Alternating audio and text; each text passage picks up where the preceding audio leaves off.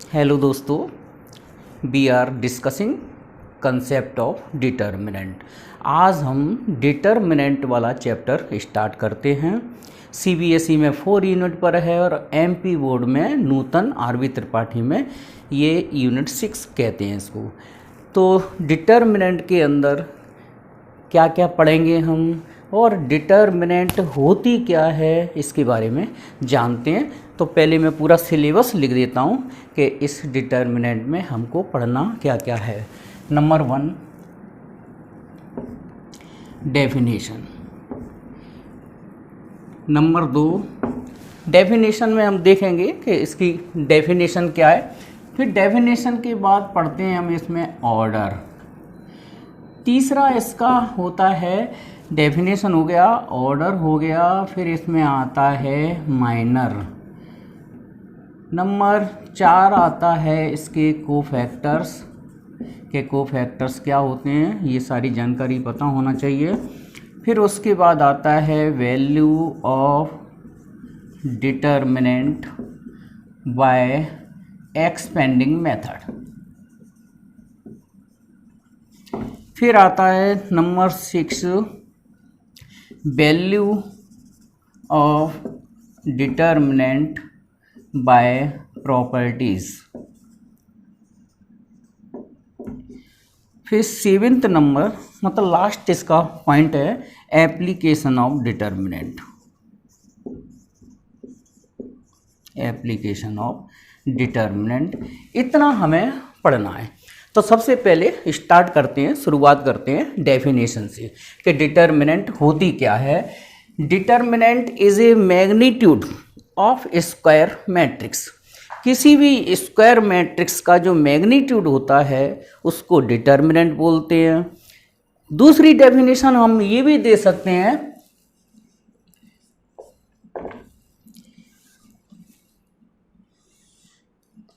some elements arranging in 2 vertical lines in equal number of row and equal number of column। माने कुछ अवयव जो समान पंक्ति समान स्तंभों में अगर उन्हें हम व्यवस्थित करें तो इसी व्यवस्था को हम बोलते हैं डिटर्मिनेंट। ठीक है, तो डिटर्मिनेंट में एलिमेंट्स लिखना है तो A11 A12 A13 A21 A22 A23 A31 A32 A33। एक बार डेफिनेशन फिर सुन लो। Some elements arranging in equal number of rows and equal number of columns under 2 vertical lines is called determinant. ये तो मैट्रिक्स में मैं बता ही चुका हूँ, जितनी भी हॉरिजॉन्टल्स लाइन होती हैं उनको बोलते हैं हम रो। ठीक है, R1 R2 R3। और ये जो वर्टिकल्स हैं उनको हम कॉलम्स बोलते हैं। पहले कॉलम को C1, दूसरे कॉलम को C2, तीसरे कॉलम को C3। ये डेफिनेशन, तो ये हमारा डेफिनेशन वाला पार्ट कंप्लीट हो गया। अब आता है ऑर्डर।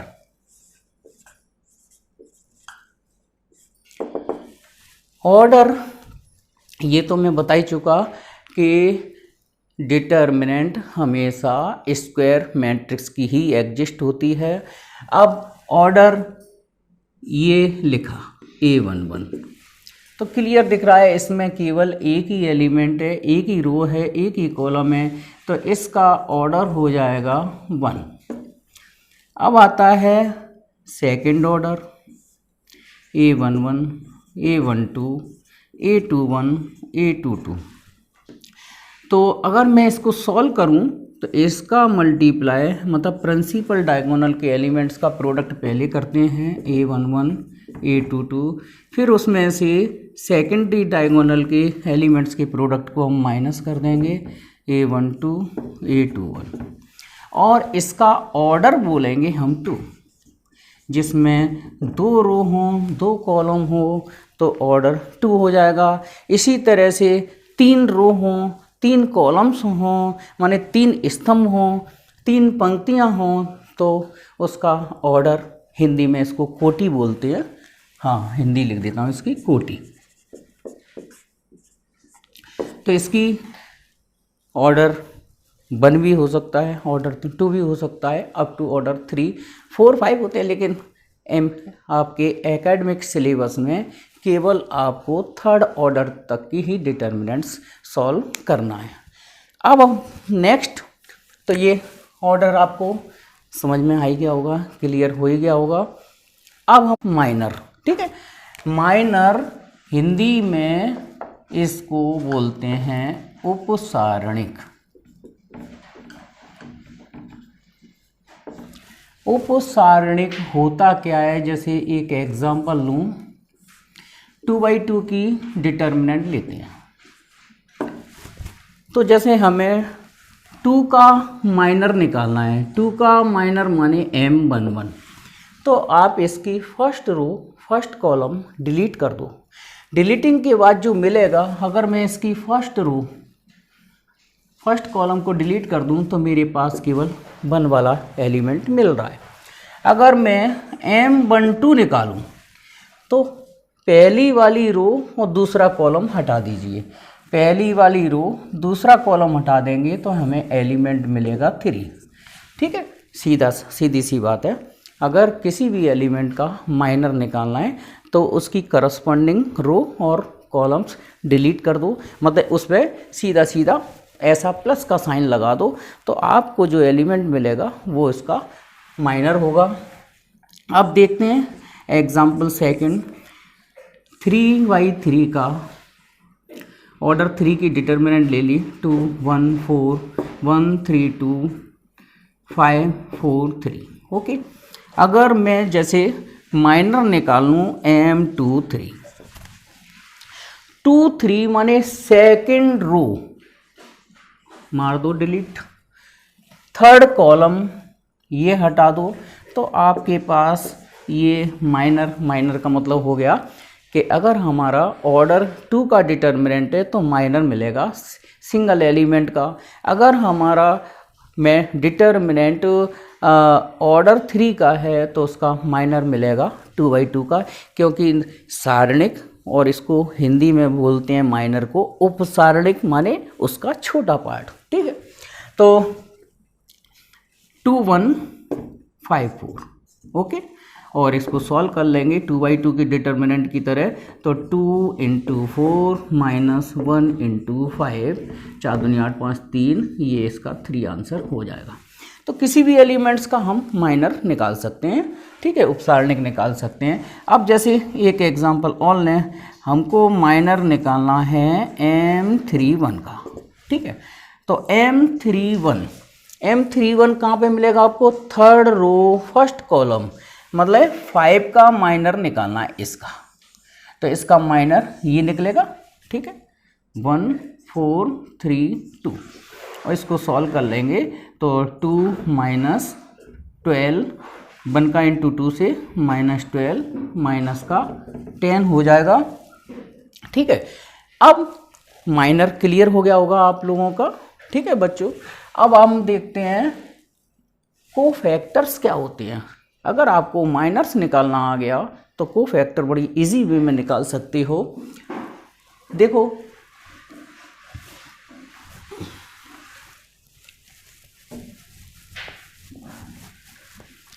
इसका 4th पार्ट कोफैक्टर्स, हिंदी में इसको बोलते हैं सहखंड। ठीक है, अब माइनर, अगर आप माइनर निकालना सीख गए तो कोफैक्टर्स निकालने में कोई प्रॉब्लम नहीं है। केवल माइनर्स और कोफैक्टर में नेगेटिव पॉजिटिव साइन का डिफरेंस रहता है, और इसका रिलेशन होता है Cij -1 की power i + j × Mij। Okay, C का मतलब कोफैक्टर्स, M का मतलब माइनर्स। जैसे हमने यहाँ देखा कि M23, अब हम C23 निकालें, यही एग्जांपल ले रहा हूँ, तो C23 माने -1 की पावर 2 + 3 और M23, तो -1 की पावर 5 माइनस देगा M23, तो C23 माइनर M23 के इक्वल ही होगा, केवल इसमें क्या होगा, नेगेटिव साइन का डिफरेंस। तो नेगेटिव साइन का डिफरेंस 2154, तो हमने 4 दूनी 8 5 3 निकला था, लेकिन ये आंसर क्या हो जाएगा -3। तो M23 पॉजिटिव था लेकिन उसका कोफैक्टर नेगेटिव निकला। शॉर्ट में इसी वे में मैं बता देता हूँ आपको कि अगर I और J का टोटल, I और J का टोटल अगर इवन है, माने सम संख्या है 2 4 6, तो उसका जितना माइनर होगा उतना ही कोफैक्टर होगा, माने दोनों सेम साइन के होंगे। हाँ, अगर I और J का टोटल ऑड नंबर आता है, जैसे यहाँ 2 3 कितना था, 5 था, तो 2 3 5 था, तो इसका जो माइनर निकलेगा उसका जस्ट अपोजिट साइन कोफैक्टर का होगा। तो सिंपल सा वे में आप सीख गए, I और J का टोटल अगर इवन नंबर है तो कोफैक्टर माइनर सेम साइन के होंगे, अगर I J का टोटल ऑड नंबर है तो कोफैक्टर्स माइनर अपोजिट साइंस के होंगे, साइन के होंगे। क्लियर? चलिए, तो ये आपका कोफैक्टर भी क्लियर। अब देखते हैं next,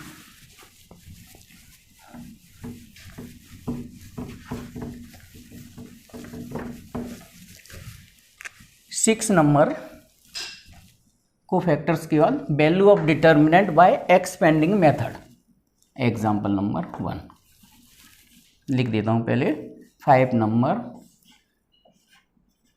value of determinant by expanding method.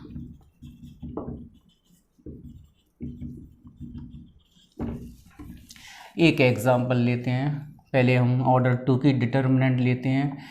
Determinant को डेल्टा से भी रिप्रेजेंट कर सकते हैं या डिटर्मिनेंट ऑफ ए लिख सकते हैं। 1 4 5 6, तो इसका तो डायरेक्ट मल्टीप्लाई प्रिंसिपल डायगोनल के एलिमेंट्स का प्रोडक्ट कर दो। 1 × 6 माइनस सेकेंडरी डायगोनल्स, पहले हमने इन दोनों का प्रोडक्ट किया, फिर इसके प्रोडक्ट में जिसका प्रोडक्ट माइनस कर दो, तो ये आ जाएगा 6 - 20 माइनस का 14। यही इसका वैल्यू ऑफ डिटर्मिनेंट है by expanding method. Example number 2, अब मैं डिटर्मिनेंट ले रहा हूँ थर्ड ऑर्डर की, ठीक है, माने जिसकी कोटि 3 हो। 3 - 1 - 5 2 1 3 4 2 6। हाँ, ये इस पे आप लोग बड़ा ध्यान दीजिए क्योंकि सबसे ज़्यादा कैलकुलेशन थर्ड ऑर्डर की डिटर्मिनेंट चलती है। तो इसको हम एक्सपेंडिंग बाय R1। हाँ, आपको ये और बता दें, ध्यान से सुनिए, आप डिटर्मिनेंट की वैल्यू किसी भी रो से निकाल सकते हैं, किसी भी कॉलम से निकाल सकते हैं। तो मैंने जैसे चुना, सिलेक्ट किया R1, तो R1 की वैल्यू निकालेंगे, R1 से इसको एक्सपेंड करेंगे, तो लिख देता हूँ A11 C11, A12 C12, A13 C13। हम अगर R1 के एलिमेंट्स ले रहे हैं, A11 माने एलिमेंट्स, C11 माने करस्पॉन्डिंग कोफैक्टर्स, इसका corresponding cofactors, elements corresponding cofactors के प्रोडक्ट के सम को हम बोलते हैं वैल्यू ऑफ डिटर्मिनेंट। तो हम जैसे हमने R1 के एलिमेंट्स लिए तो उसी के करस्पॉन्डिंग कोफैक्टर्स ले कहेंगे। अब वैल्यू रखते हैं, A11 कितना है 3, C11 इसको देख लो, 1 और 1 कितना हो रहा है 2, माने इसका कोफैक्टर निकलेगा 1 3 2 6। एक बार फिर बता दें, कोफैक्टर माइनर की तरह ही निकालेंगे, तो 3 का कॉलम और 3 की रो हटा दीजिए, तो आपको ये वैल्यू निकल के आई ना 1 3 2 6। ओके, अब हम वैल्यू A12 माने फर्स्ट रो सेकंड एलिमेंट है हमारा -1, और इसका कोफैक्टर 1 2 क्या हो रहा है, 2 और 1 कितना हो रहा है 3, ऑड हो रहा है, तो इसका कोफैक्टर निगेटिव साइन में आएगा। और -1 का कोफैक्टर निकाल लें तो 2 3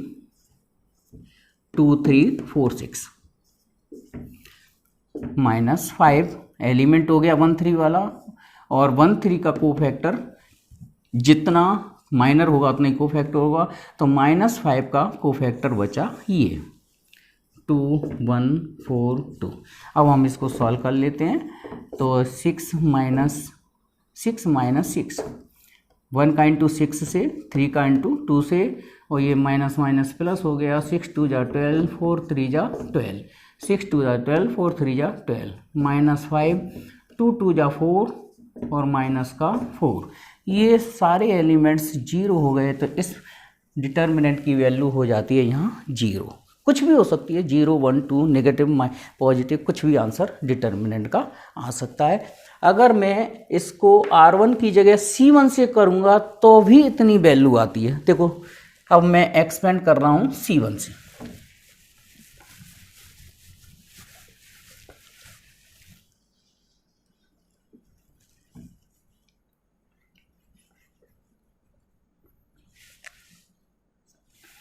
एक्सपेंडिंग बाय C1, और मतलब या तो R1 से एक्सपेंड कर दो, C1 से एक्सपेंड कर दो, R2 से एक्सपेंड कर दो, किसी भी एक रो या किसी एक कॉलम को सिलेक्ट कर सकते हैं इसकी वैल्यू निकालने के लिए। तो अगर मैं इसको C1 से एक्सपेंड करूं तो value of determinant delta equal to C1 माने फर्स्ट कॉलम A11, तो C11, इसका नंबरिंग है A21, तो C21 ही लेंगे। A1 इसका नंबर है 31, तो C31।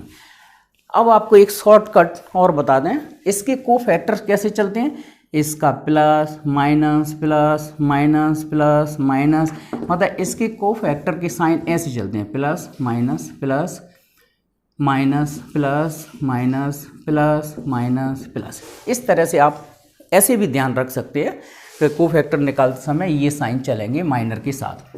अब 3 का कोफैक्टर तो यही है 1 3 2 6, ठीक है। A21 माइनस लगाना पड़ेगा। 2 का कोफैक्टर आया, 2 का कोफैक्टर -1 -5 और -1 -5 2 6 प्लस 4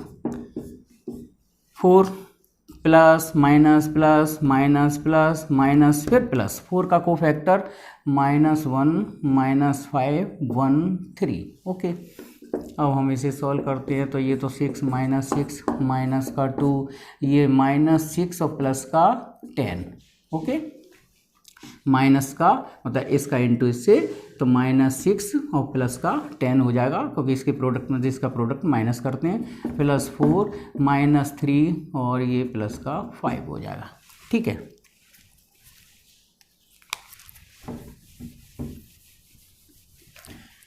ये 0, ये आ जाएगा आपका कैलकुलेशन करके 4 - 8 आ जाएगा, ठीक है।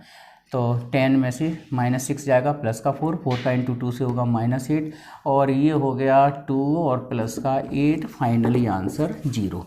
ओके, तो आप लोगों ने देखा, चाहे इसको R1 से एक्सपेंड करिए, चाहे इसको C1 से एक्सपेंड करिए, किसी से भी से एक्सपेंड करिए, वैल्यू डिटर्मिनेंट की सेम आएगी। ओके, अब हम देखते हैं value of determinant by properties.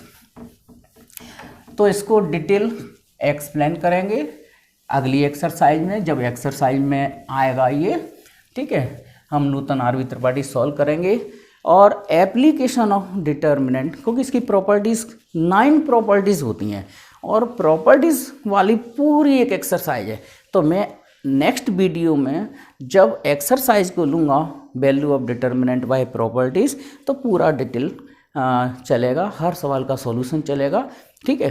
अब आता है एप्लीकेशन ऑफ डिटर्मिनेंट। तो डिटर्मिनेंट का मेन एप्लीकेशन तो आपकी linear equation, system of linear equation को सॉल्व करने के लिए बनाई गई है डिटर्मिनेंट। सर कैली हैमिल्टन ने बनाया था, ब्रिटिश मैथमेटिशियन थे। हाँ, तो application of determinant, system of linear equation माने तुम्हारा रैखिक समीकरणों का जो निकाय रहता है, 2 समीकरण हों 3 समीकरण हों, उनको डिटर्मिनेंट से सॉल्व करने वाला मेथड का नाम है क्रैमर रूल। लेकिन एमपी बोर्ड और सीबीएसई बोर्ड दोनों में ही ये वाला मेथड नहीं है। मात्र आपका डिटर्मिनेंट में आप लोग जो पढ़ोगे एप्लीकेशन वो पढ़ोगे एरिया ऑफ ट्रायंगल, मतलब एप्लीकेशन ऑफ डिटर्मिनेंट में केवल area of triangle ABC 2 dimensional geometry में, ठीक है। तो अगर किसी ट्रायंगल के वर्टाइसेस शीर्ष x1/1 x2/2 x3/3 3 वर्टाइसेस दिए हैं, किसी ट्रायंगल के 3 शीर्ष दिए हैं, तो हम area of triangle x1/1 1, x2/2 1, x3/3 1 और आगे 1/2 का मल्टीप्लाई, इस तरह से हम किसी भी ट्रायंगल का एरिया निकाल सकते हैं। लेकिन कंडीशन इसके साथ क्या है, केवल 2 डायमेंशनल ज्योमेट्री में यूज़ कर सकते हैं। थैंक्स। नेक्स्ट मैं वीडियो बनाऊंगा एक्सरसाइज 6A के क्वेश्चंस का। Okay, thanks.